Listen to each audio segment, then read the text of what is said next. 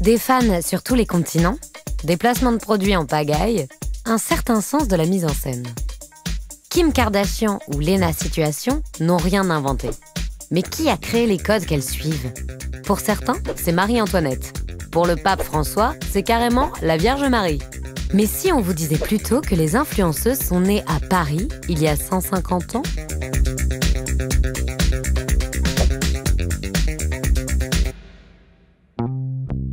À la fin du 19e siècle, la révolution industrielle change le visage de Paris, qui devient de fait la ville lumière. Et l'Europe entière s'y retrouve pour faire la fête. Conséquence de l'époque où les femmes n'ont aucun droit, le nombre de travailleuses du sexe grimpe en flèche. On en compte plus de 80 000. Pour attirer les clients, toutes essayent de se démarquer.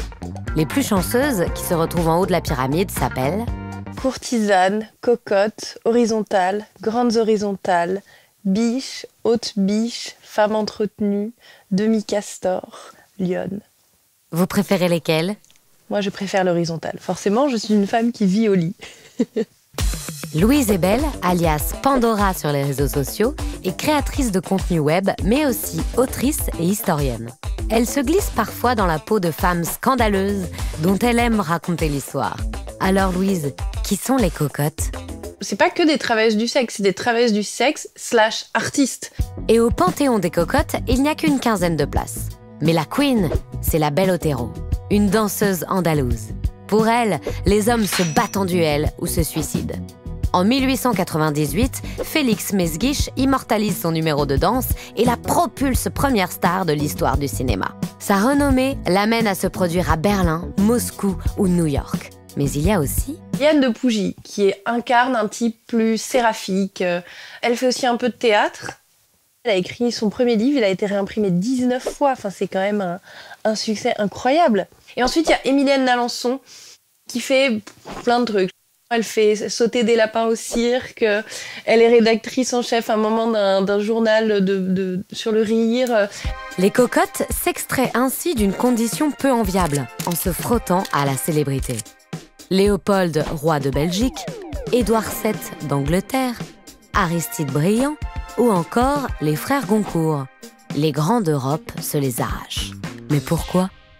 Être vu en compagnie d'une cocotte, c'est un petit peu comme si on serait vu aujourd'hui en train de sortir d'une Ferrari rutilante. Devenues un signe extérieur de richesse, les cocottes comprennent que leur image a du pouvoir et elles en jouent. En 1873, la carte postale naît et devient le premier réseau social. Les cocottes se font donc tirer le portrait dans les studios de photos de Nadar ou de Reutlinger.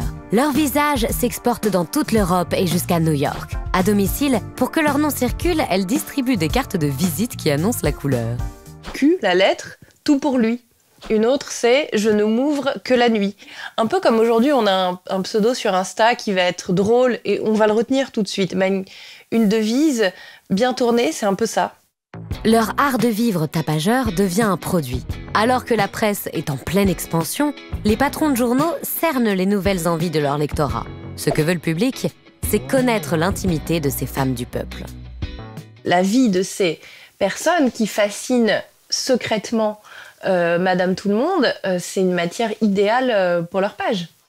En plus de tisser des liens particuliers avec les journalistes, sans le savoir, elles sont en train de créer le statut encore inexistant de célébrité. Ce sont les premières figures publiques que les marques ont courtisées à la fois pour leur offrir des choses et pour pouvoir les photographier avec.